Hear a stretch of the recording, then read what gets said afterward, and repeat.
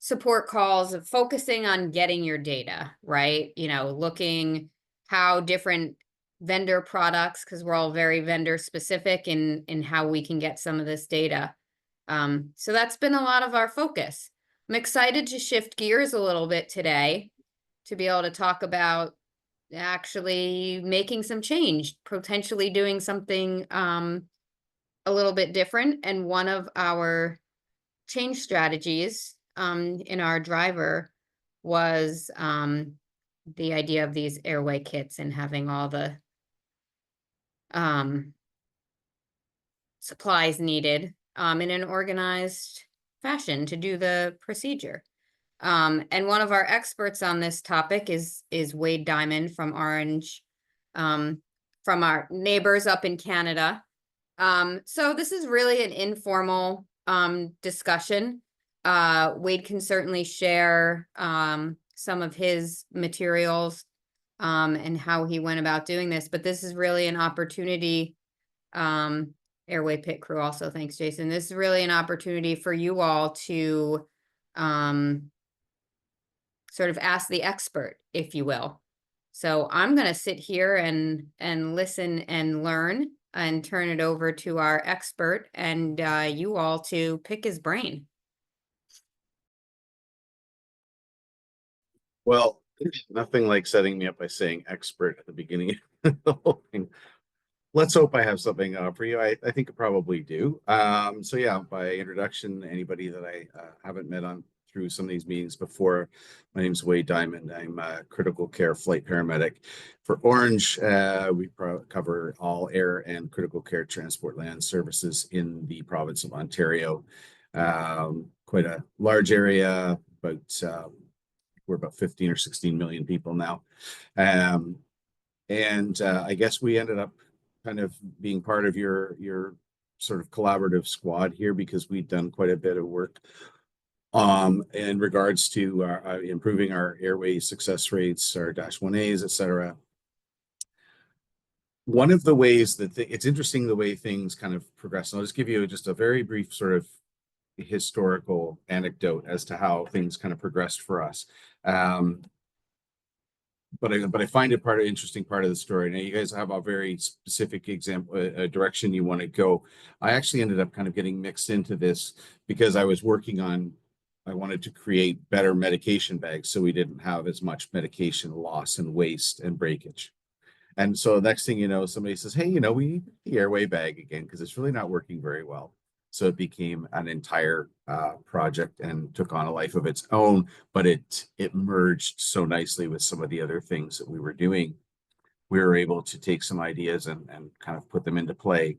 Now, I give all credit to some of our friends at NHS in Scotland, and those folks out there had already done quite a lot of work on creating like a ready kit, and you may have seen it. They've got the Scram kit, which is one of the ones that Paul Swinton has created. We actually ordered one because we thought, okay, well, this is the idea of what we've been doing. And our first stage was that we had what was called a drop kit or a dump kit, which was a templated, sort of laminated sheet. It was properly printed, like it was a throwaway, or you could actually wipe it down, but it had a place for everything to be placed on it. Well, of course, the problem with that is that it's a lot of setup work, and in small squads with heavy, time pressures, it just didn't make sense. But some of the idea was there. And as I said, the Scram kit, which was one of our examples that we looked at from Scotland, it was simply too large for our footprint in any of our vehicles, and we needed something that was going to fit with a standardization plan as well. So overall, we were moving to standardize everything. We have bases spread wide geographic different distances, some very different mission profile types, but we had to come up with something that works for everyone. And so the concept came to me was that, okay, well, we need to take this larger kit, but we just need to make it much smaller, right? And we want to fit everything in. And I think what I'm going to do here just now, and along as we go here, just any questions for sure. I'll stop in a few minutes and get some questions answered and that kind of thing, but and we'll maybe get some discussion going. But right now I just want to pull up. Okay. Now, okay, so I'm not a Zoom guy so much. So where's my share screen sharing? Should be down in the bottom, like when you mouse over sort of the bottom, you'll get the. Okay, apps more, there's a more. You Like figure we'd where have you're, this all. it should be on the menu bar with like your microphone, video, chat, all of Yep, that. I'm looking down there. I'm seeing chat. I'm seeing share. There we go. Okay. All right. So this is what I'm going to be showing. Okay. Yep, we see what Yeah. you're sharing. Okay. Should be seeing the intubation team positioning. Yep. And I want to bring this one up right now because really essentially everything that we built in regards to the kit work that we developed, that we designed, was the notion that this was going to be our footprint. So our human resources footprint and equipment footprint wherever we were, that it was going to always follow this model. And I hope everybody's seen something similar to this, I would expect at this point in time. And what we wanted was something that would be versatile and work within that. It also needed to be able to be versatile enough to flip it, so that if we didn't have 360 access or something like that. So that was how that started, and I am going to. What I'd just like to do here is bring up some photos here. Which I think everyone has probably seen at this point in time. But if you haven't, I'll just sort of explain this a little bit. And then Sherry, I know you're keeping an eye on if people are putting their hands up and I'm not seeing it, right? So Yeah.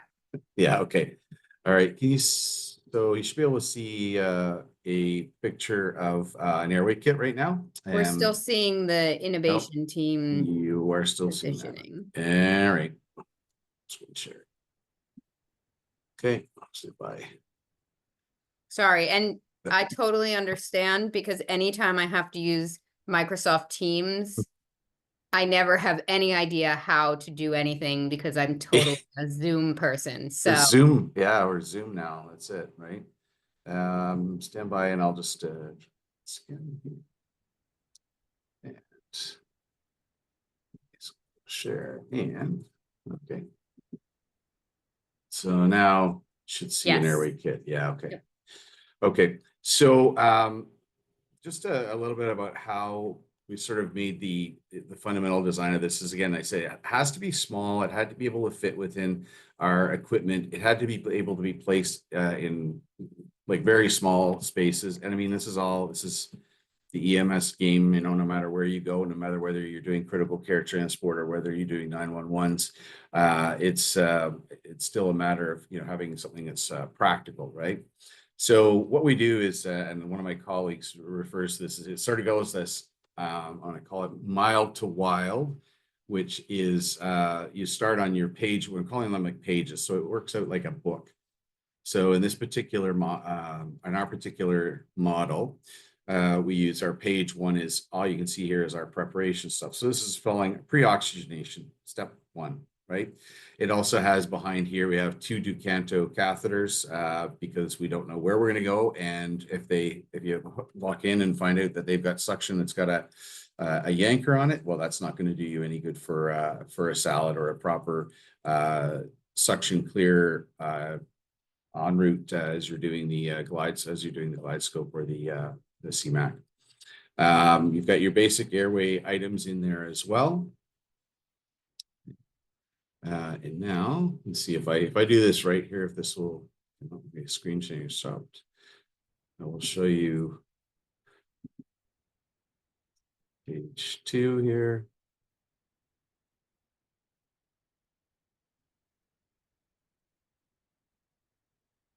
So yeah, you should see another one. So page 2, again, part of your suction is, you can see the suction in the top there. So you can pull those out. You've got we're not using colorimetric anymore, but you've got your tube secure and your end tidal CO2 inline ready. And that is page 2, page 3.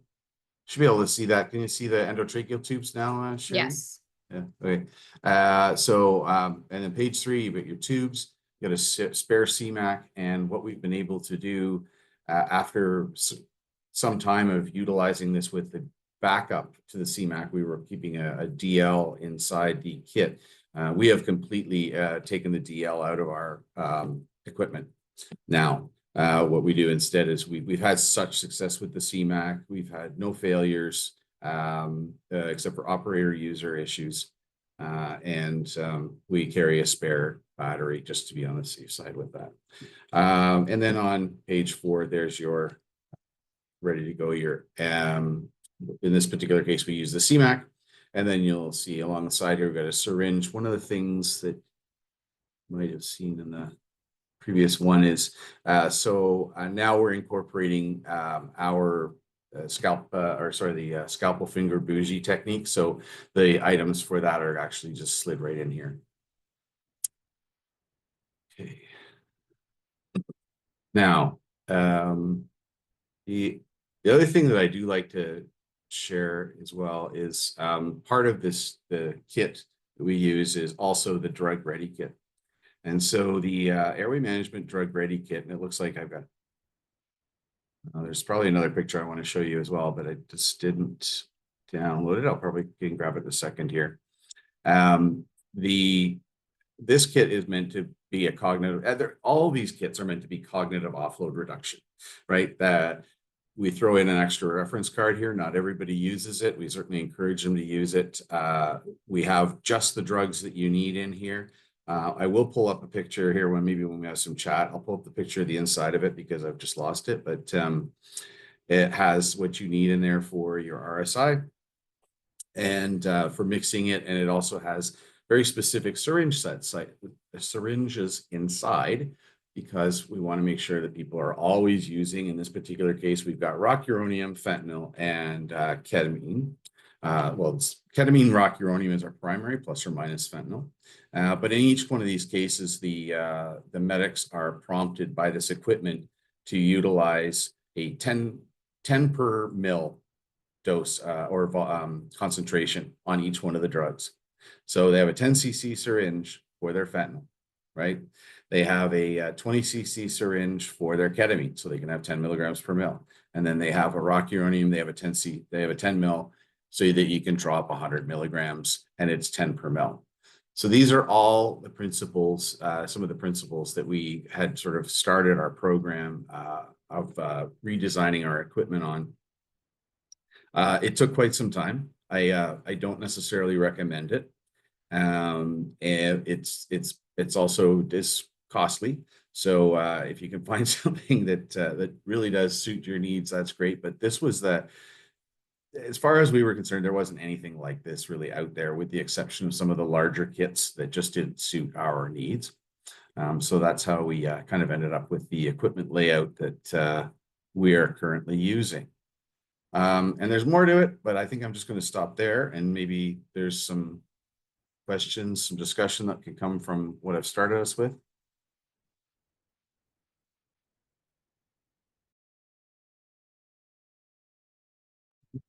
There's maybe something in the chat. Right.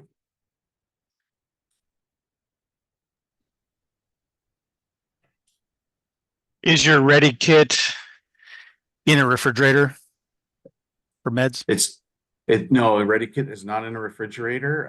Our guidelines here for rocuronium and succinylcholine is 180 days. It's unrefrigerated.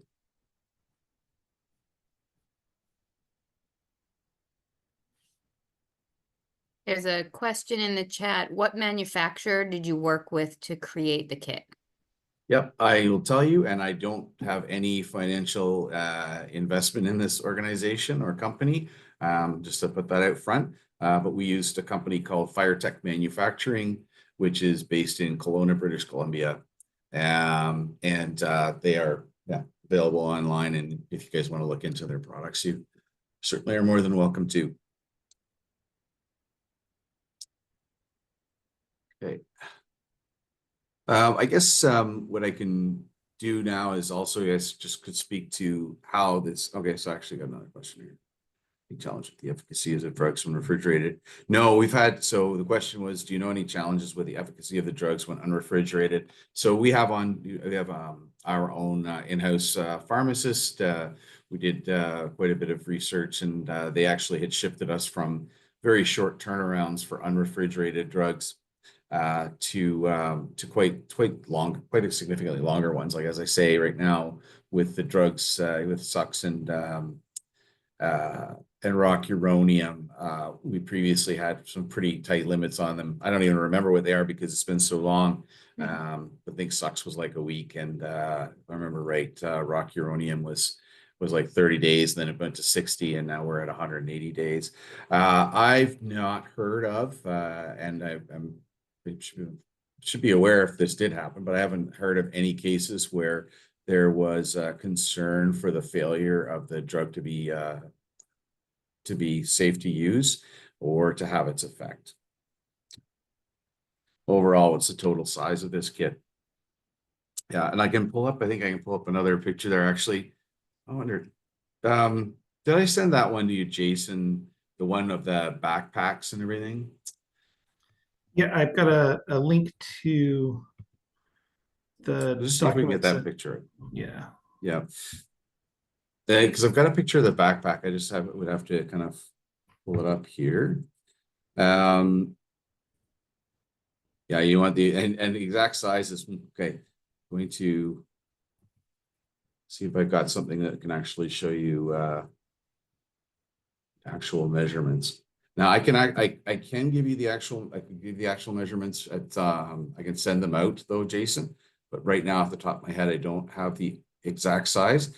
So I'm just going to say off the top of my head, the small purple kit, the Airway Ready kit, I believe is about 12 inches by 12 inches. And it's about, I want to say 6 inches or just so thick or deep.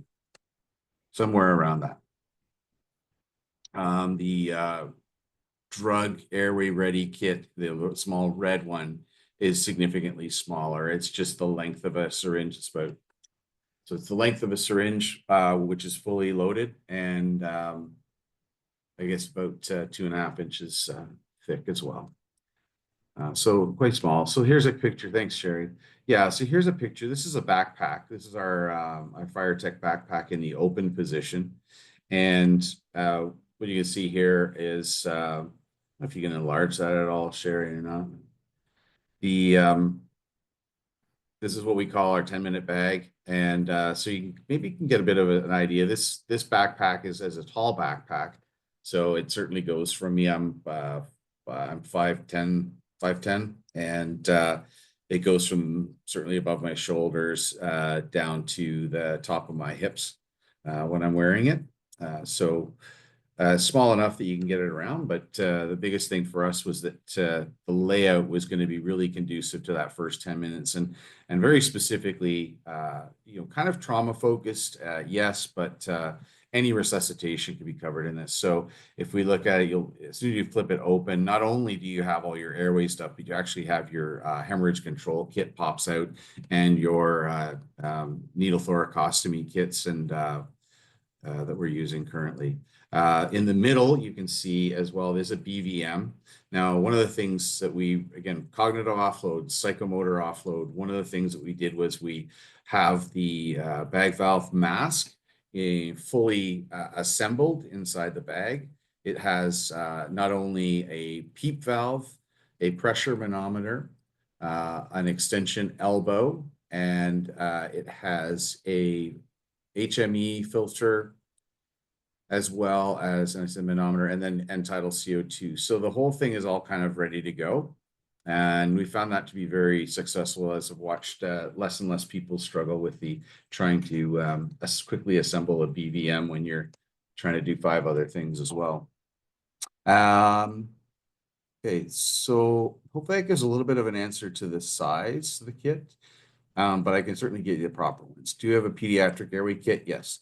So not pictured here, but effectively our pediatric bag is the same as the one you're looking at right now. So the blue one, if you just go back up there to the backpacks,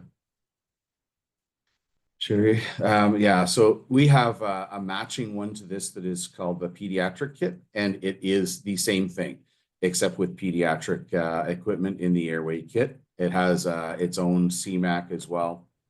And the only other difference, I think, it has a couple other pediatric specific things in as well in the bag. Okay. What are you using for a portable suction device, and does it fit in your gear as a standalone? Yeah, it's standalone, and we have the LSU Laridol suction, and which it's for us, it's not been the greatest, but it is the one we currently have. I think what we'd really like to do is we'd really like to see something that can kind of be incorporated to the bag. That is on our list of things to do. But some of even the small portable ones, what we have to worry about as well is also ergonomics and weights. Of course, we all have to worry about that, right? So adding like a suction device to the kit would probably be problematic from a health and safety perspective. We just make it just, I think, too heavy.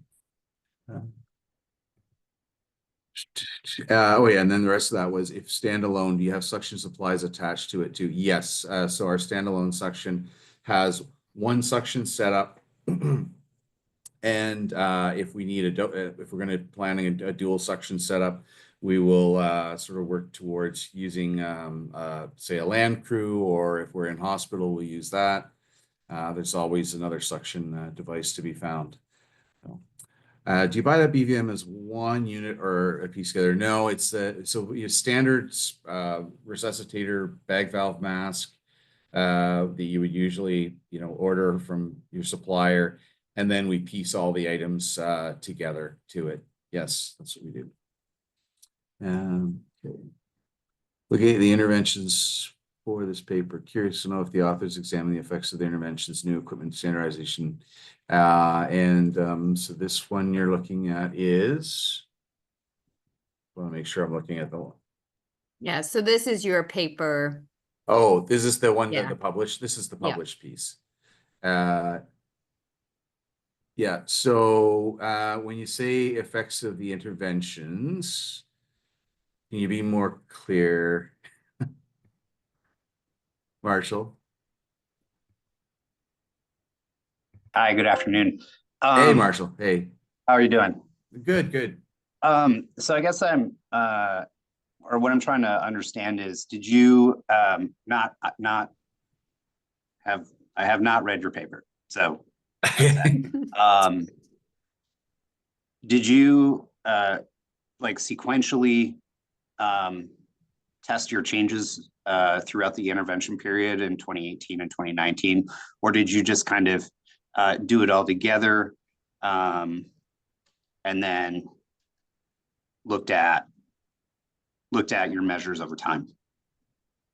Yeah, I think we put all the pieces together and we started collecting data. Unfortunately, the lead author on that can't be on here line today, but though it was done over, and it's continued. Actually, it's ongoing. So our process is still ongoing, right? Because we're still watching watching the data points and seeing where we're at. Again, with our focus as being, so the effects of our interventions. Well, for us, it was really all, we've got, our endpoint goals that we want, which is, no hypotension, no desaturation, et cetera, all the same stuff you guys are going to be doing. And that's what we would have, yes, we definitely looked at all of that. And that was the improvement that we found with this combination of approaches that made things, that we seem to be able to improve those. And it's gone a few different directions. Like it's moved up and down a little bit, but for us, that's sort of our barometer, actually. It's like, okay, so we're seeing a little bit of a slip. What are the reasons for that? Is it because we're training like a ton of new people right now? So we're going through a huge growth phase. That could be part of it. Is it just that we need to freshen it up? Is it we need to challenge the senior people a little bit more in the sim lab? How can we do that kind of thing? And so it's a constant effort. And one of the things that was brought up actually that I think fits maybe with our conversation just here is that I think Sherry was mentioning it earlier, was the idea of, you know, how we sort of how we look at what our endpoint goals. You can collect so much data, but one of the things we also have done is with the CMAC device, it allows us to video record, and that is a requirement, is to video record the airway intervention. Mhm. Those are uploaded into into a database, and then we refer to them as transport medicine physicians. They are our medical direction, and we have specific ones that are really focused on the airway stuff, and they will review that, and then we'll use them certain cases in airway grand rounds, which occurs about every 2 months or so. So that's another one of the things that we're continuing to do to see how we're doing, and just even identify, even anecdotally, where some people are having issues with technique, for example. It can tell us a lot about how difficult some of our airways are that our folks are dealing with as well, and if we need to make some other adjustments. I'm with you, Joe. Literally just unmuted to say, wait a minute, tell me about airway grand rounds. Okay. Yeah, so airway grand rounds, we have a few grand rounds. We make them sort of elective in that people can choose which rounds they might want to go towards putting on their towards their annual CPD, their clinical practice training. So they can choose that. They could choose pediatrics. They could choose mechanical ventilation, or, you know, just about anything they wanted to. But the airway ones are fairly well attended, because people do like to see how other people's have gone, and we get some pretty good cases as well. And there's usually some opportunity for, you know, good discussion around how to deal with especially problematic airways, where there's just something is impeding the progress and affecting, again, like our -1A sort of endpoints that we want to maintain. Does that answer that? Marshall, does that kind of answer what you wanted? Yeah. I guess I'm very interested in the cognitive offloading concept. And so I guess what I was trying to get at is like, well, how much of, you know, was it new equipment or standardization or training that really led to kind of a reduction in the cognitive offload and maybe some like muscle memory? Yes. Great question. And I think, thank you for asking it, because I probably haven't responded to that already. So, which is really important, right? So I would say over the process of our adjustments and our directed efforts towards improving our airway intervention stuff, what we've observed is that from 5 years ago, 6 years ago, you would go into a sim or a real world situation, and everybody would be doing their own kind of thing. Their equipment was similar. We were all using the same equipment, but it wasn't laid out in a very reasonable way. The attempt to manage that with the drop kit was just adding too much time. And you didn't really have the level of kind of real commitment to it. And you had to, but also we had to appreciate that, to change a culture is time, right? It's the long game. It's who's got the most stamina. You are the ones who say you can't do it, right? So I think what has happened though is over time, as new people come in and we start to see a lot of people who have entered our program, and the only thing they've ever known from our program has been this way of doing the airway. It's actually being pervasive, and it's sort of extended out into the general acceptance of this approach. And right now, and it's kind of sold on how easy and how well these intubations go especially when we're dealing with situations that are really foreign, right? It's one thing if I and my regular partner of 15 years wander into, small emergency department somewhere and have a straight up, increased intracranial pressure, isolated head thing where we've got to just, do some airway management. That's a scenario that's like it's bread and butter. We've done it a million times, right? But what we were really finding and what we were really worried about was, okay, well, but I don't always work with that person. I might work with someone who's significantly less experienced. We might be in a situation that's far more complicated. And obviously most of our patients are far more critically ill and require a lot of extra support. So if we have this way of doing this every way, and it's done this way every time in the sim lab, even down to the checklist, which kind of people get a little bit, okay, we're running the checklist again. Yeah, we're running the checklist again, because that's how we do it. And we're going to work that way in the simulation. And you know what, then it's going to be easy almost when you're out in the real world. And we have, I think we've successfully just created a culture that sees this as being, no, this is the right way to do this. We might adjust it as we go and we learn more, but this is the right approach, and it has a high success rate. It reduces the, one of the things that I think about a lot is how much it reduces the stress on people. And I don't think we can, we really have to give that a lot of attention. As we talk about cognitive offloading, but then I can talk about cognitive onloading, which is where you are stressed out because you don't know your gear. Your gear's always different. Your partner's always different. I don't know what is going to come in this particular situation. And now that's a cognitive onload where now you're mentally thinking about all of the potential things that can go wrong, sort of start overthinking it. And you get rid of that a lot when you get the equipment set up in such a way so it is completely standardized. Everyone knows where everything is. It becomes muscle memory. Psychomotor skills are made to be easier just by little things like making sure that things open properly, right? And removing some of the barriers, like the physical barriers to getting your task completed.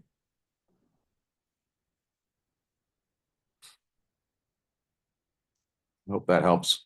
Yeah, no, that's great. Thank you so much. Okay.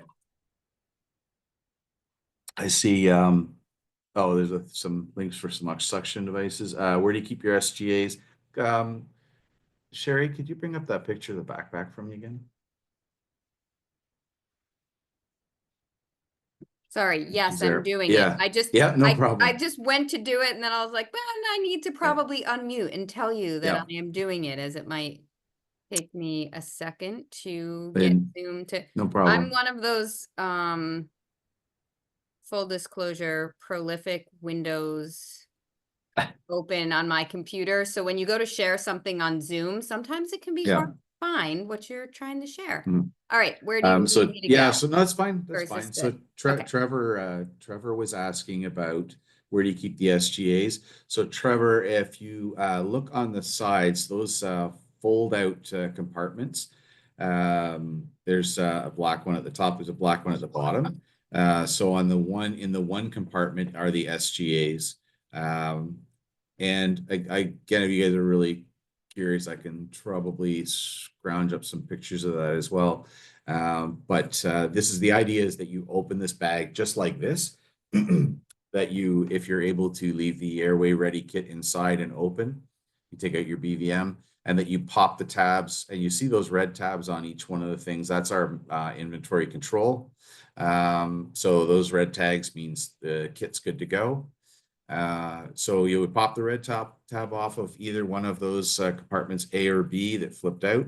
And in the one, you have some surgical airway stuff and some backup endotracheal tubes. And then the other side, you have some SGAs. We use the iGel device.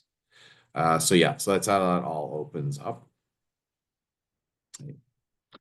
And then hopefully that's satisfactory. And then I get Joe is asking about, could you talk more about Airway grand rounds?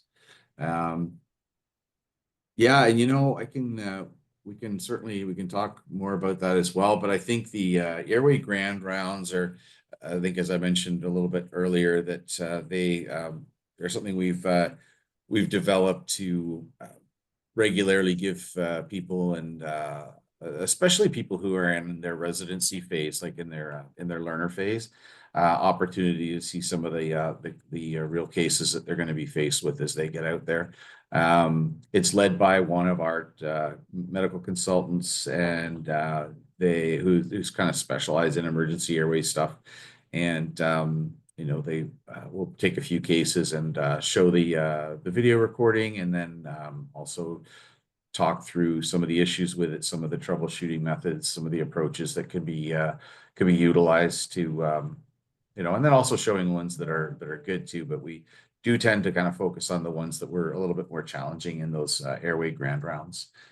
As I say, I think they're about every 2 months, and I usually go to them when they have my cases. So so do yep. you offer, because you said you do them on other topics, are the grand rounds offered every 2 months, or does Airway just come up every 2 months? I'm going to get a little bit like, how does this integrate into your other educational offerings? I don't know if other people are wondering how this interplays with some of the other things that you do. Is this like additive, or is this kind of what you call some of your education or whatever? So are you thinking, so if we're just thinking sort of globally about how Yeah. we train and we educate for Airway, is that what you're getting at? Yeah, Airway, Yeah. and then how that then relates to your sort of Yeah. larger, or, you know, other education structure. How that. Yeah, so our annual, so we do the only critical care training in the province of Ontario. So anyone who wants to become a critical care paramedic would have to be an employee of ours and come through our program. So we actually control that quite well. And we have another level below that can actually do RSI as well, but again, same sort of thing. So we manage that through their initial education, which for us is they come in as an ALS medic. They may have some airway experience, you know, it's going to be variable. But then when they come through the doors as an ALS medic, then they're going to work towards they're going to spend 1,800 hours working towards their critical care paramedic level. During that period of time, there is a lot of airway stuff done. It includes a lot of sim time. And so as those team members are being sort of indoctrinated into the airway culture that we have here, they, you know, are shown the equipment, how the equipment works, how it's supposed to reduce their cognitive offload, show them the workflow plan, and then they essentially start doing this in the sim lab as much as possible. Going forward, as certified members of our organization are looking to are doing their maintenance of certification, what we do is we have quite a bit of it's online, but we end up having 2 days of classroom and sims only in the the beginning of the year, which is all adult stuff, and then we have 2 days, full days, 12-hour days they are, in the fall, which are pediatric focus. And in addition to the different grand rounds. So the different grand rounds would be, you know, you'll have pediatric grand rounds monthly. There'll be airway. They'll come up usually when he's got one of our docs has got a few cases that he wants to bring up, but I think they've come up about every couple of months. I don't think there's an actual mandatory has to be, but we're finding they're coming up more and more because we're doing more and more RSIs. The numbers are predictably, I think they've doubled kind of in the last few years as the number that we're doing. So there's more and more cases to review. So what happens is when we go in, so here I am, a seasoned, experienced person, certified. I go into my lab days for my annual recertification training stuff, and we do classroom discussions and whatever stuff has been put together by our education department. And then we go to the sim lab and apply it. And virtually every one of these is going to have some component of airway or ventilation somehow built into the sim. That's how we maintain that. And then I guess we also do our in-house education. So each base has what we call a clinical practice lead, a CPL. The clinical practice lead, their full job, and we have 1 per 14 full-time equivalent.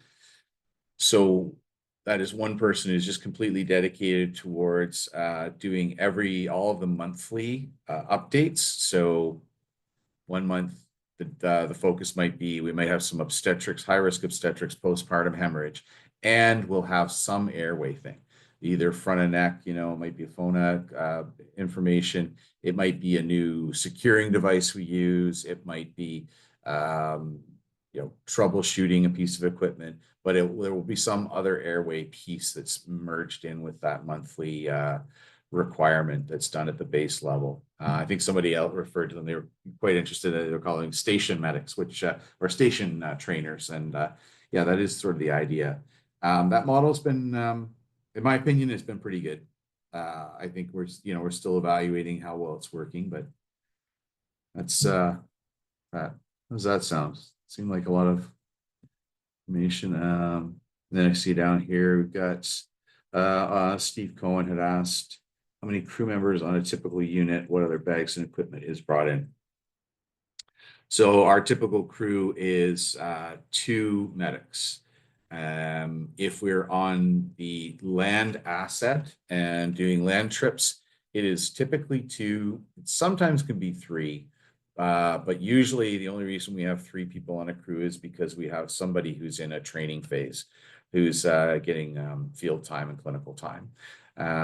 So what other bags and equipment's brought in? So depends which vehicle you're talking about. If you're talking about on the helicopter and our fixed wing. So on a helicopter, we use the Striker frame stretcher power cot.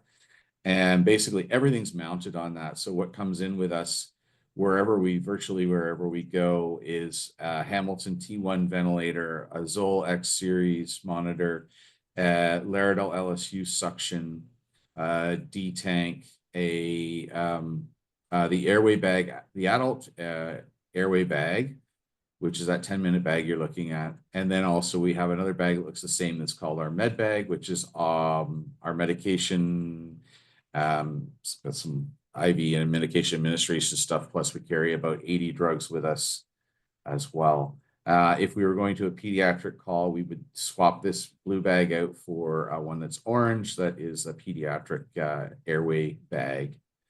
And then I think other than that, there might be, sometimes there's some specialized equipment we might bring in, just depending on what kind of a mission we're on.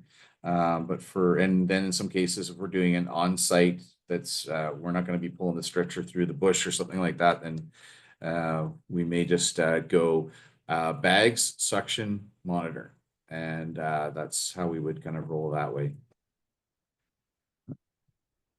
Does that answer, Steve? Does that answer your question?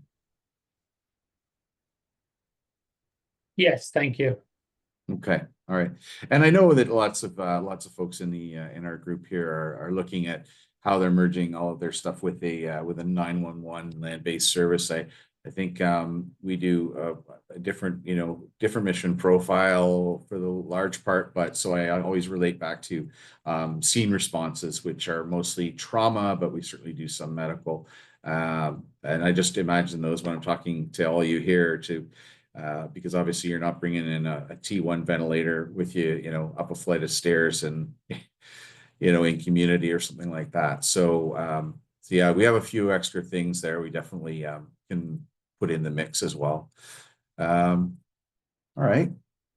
Looks like Joe, do you have a question? Joe Simmons, since there might be more than one.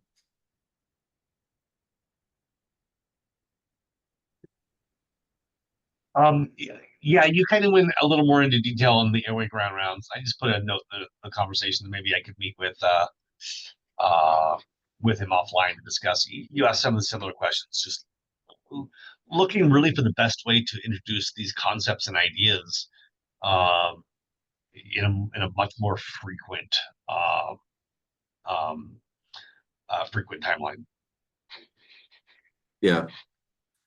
Yeah, I think, everybody's got the challenge of time and the rotations and the schedule and how busy one station is versus another and things like that. But yeah, it's so it's a lot of effort. I think it's a lot of effort to maintain all. I think our education department does a pretty good job of it.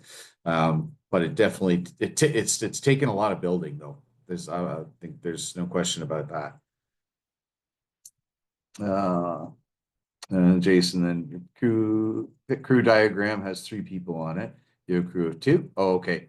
Yeah. So and the assumption is Jason, is that the other agency, yeah, we utilize the other agencies and personnel all the time, of course.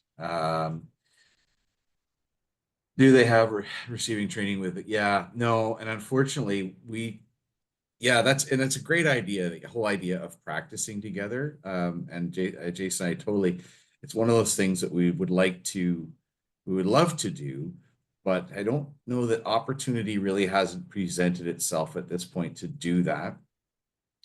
So when we arrive on scene, and usually, I think pretty consistently for the most part, we're not going to be the first ones there, and you're going to have a crew, at the very least, a primary care paramedic crew who are doing their thing. And then we walk in and we identify that we're going to do the procedure.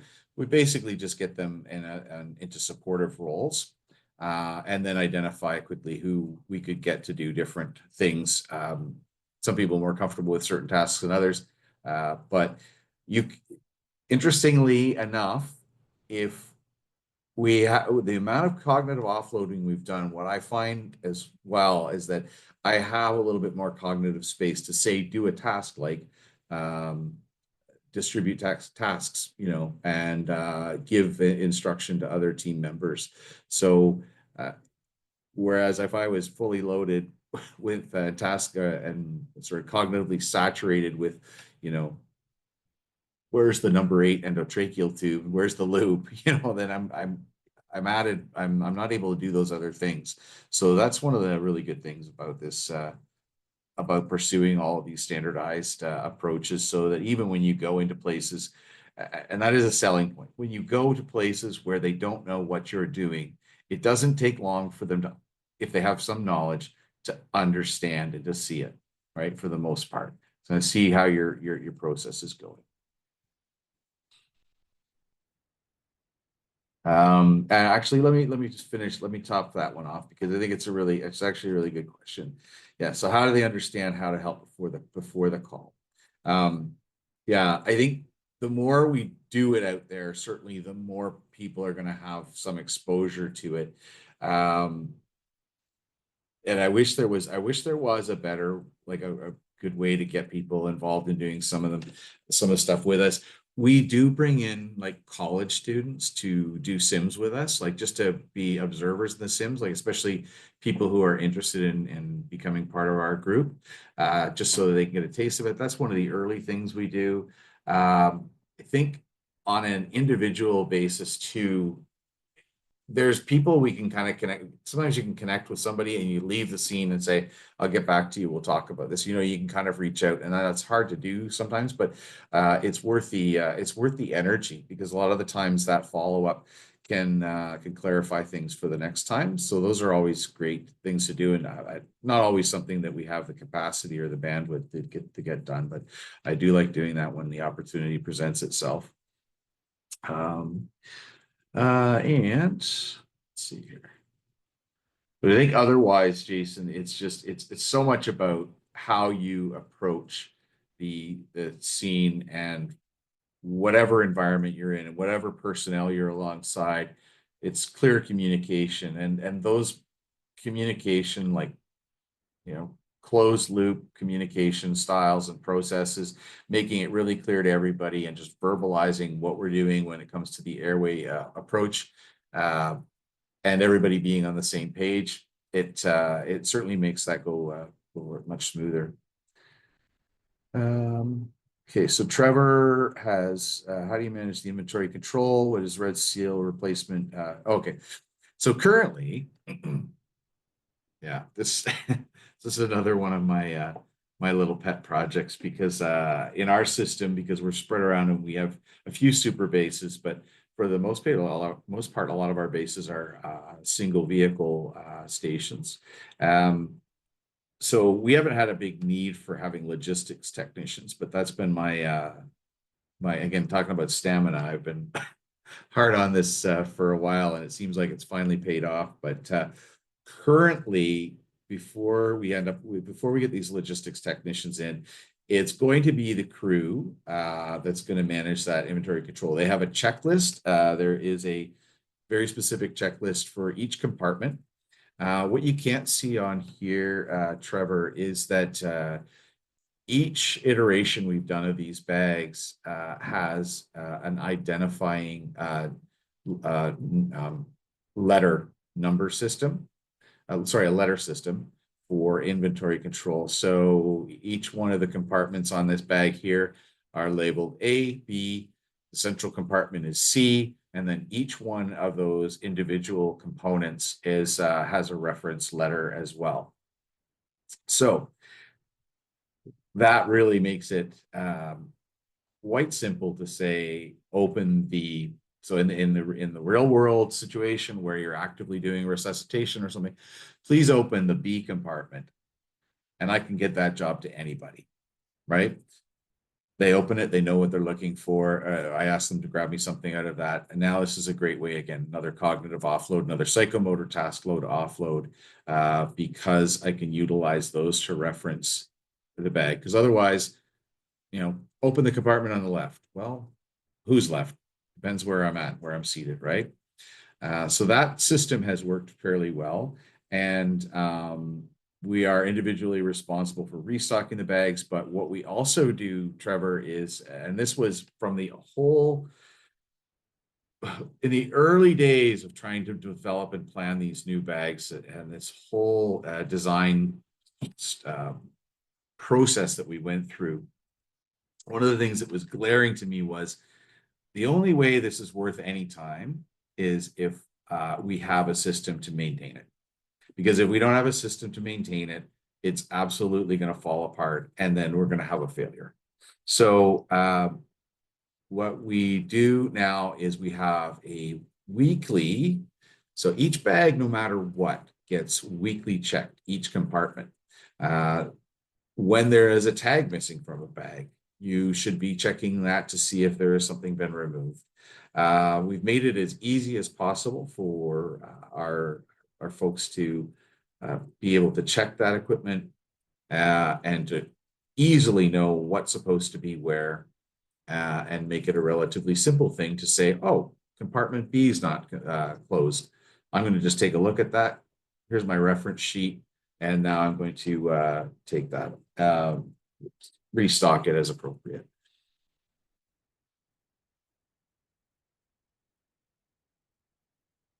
Okay.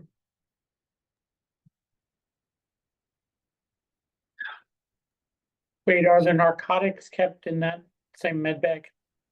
No, they're not. And we've looked at that one, Steve. So like with our rules will be very pretty much the same as yours. I'm sure a double lock or on the person. So we have a small controlled drug kit that is separate from that. So if we're preparing, let's say we're responding to a scene where we anticipate doing airway interventions, we'll take that the red kit, crack that open, and take our narcotic pouch alongside it, and then mix up our ketamine, fentanyl, dilute it, and now that red kit now becomes a controlled drug kit. So it's got a carabiner on it, so we can keep that on our person as well. Great, thank you. I have tried, here's a couple of interesting things that I have tried to do, and this is, you think it'd be easy to do, but making that a second controlled drug kit, so it always had those drugs in it. It had a ketamine and fentanyl. That as a monster in itself, just to make a second controlled drug kit. So that's why we didn't end up going that way. I thought there, but I think I'm completely lost it here. Yeah, the controlled drug kit being a second. And then also one of the ones I looked at was for another psychomotor offload was I wanted to get rocuronium in a preload syringe because you just can't in Canada. But the UK folks, for example, they have access to preloaded rocuronium. So little things like that, you try and do just every little thing that you can take one more task away. Every little task you can take away, every single one is just it all is cumulative, right? And it adds up to success, I think.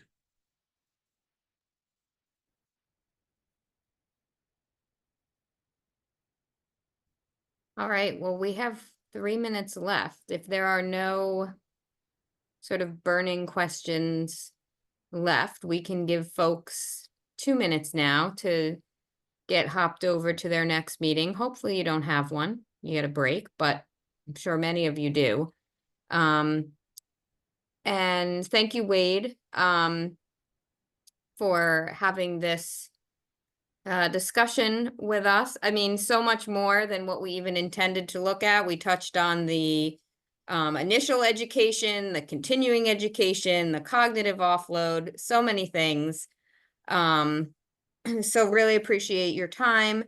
And are you okay with us sharing your contact if people Yeah. Oh, yeah. I still was just gonna wanted say. to? Yeah, I was gonna. I'm just punching it in here. Oh, okay, perfect. There you go. Yeah. Happy to help if anybody needs any other things like pictures or measurements, or I've even got, we certainly have videos of us that I can. Trying to think if we got some videos of us doing the Sims. Pretty sure we do somewhere, but we'll see what else I can get if anybody has any other information or any other questions. And then I think there were any questions about education stuff too, like get back to me. And then some of those I might be able to put everybody in touch with I could put people in touch with someone else who might be able to give a more Right. fulsome response, right? Right. Yeah, we sort of threw everything at you.